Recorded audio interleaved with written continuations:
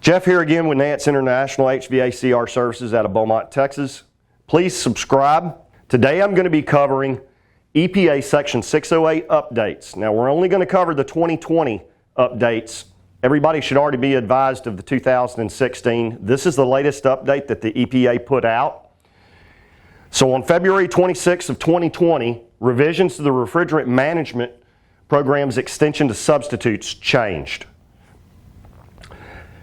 As of 2020, EPA's November 2016 rulemaking for appliances containing substitute refrigerants, which are HFCs and anything that's not a CFC or an HCFC, don't apply anymore. These rules will still apply to ozone depleting CFCs and HCFCs. So everything we're going to talk about today, if it's R22 or any HCFC or CFC, this does not apply to it. We still have to abide by the original EPA rules over that stuff. So effective April 10th, 2020, any appliance containing more than 50 pounds of substitute refrigerant are no longer subject to the requirements of 40 CFR 82-157, which is the federal code that covers refrigerant.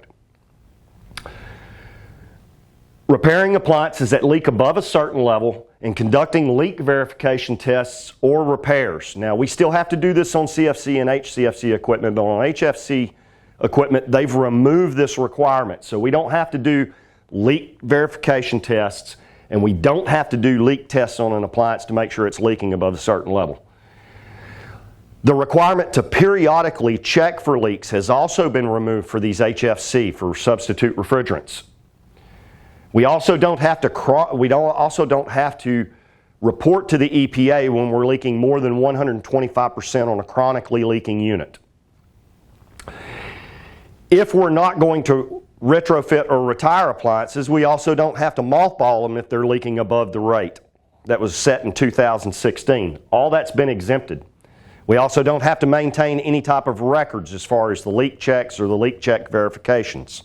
However, the EPA is not rescinding the other refrigerant management provisions that were extended to non-ozone depleting refrigerants.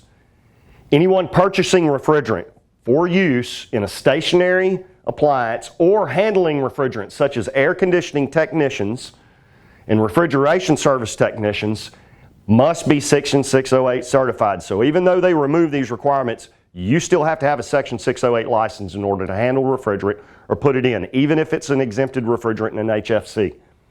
Anyone removing refrigerant from a refrigeration or air conditioning appliance must be EPA certified and must evacuate refrigerant to a set level using an approved recovery device before servicing or disposing of an appliance. So if we're going to dispose of it, even if it has an HFC or a substitute refrigerant, we still have to have a license.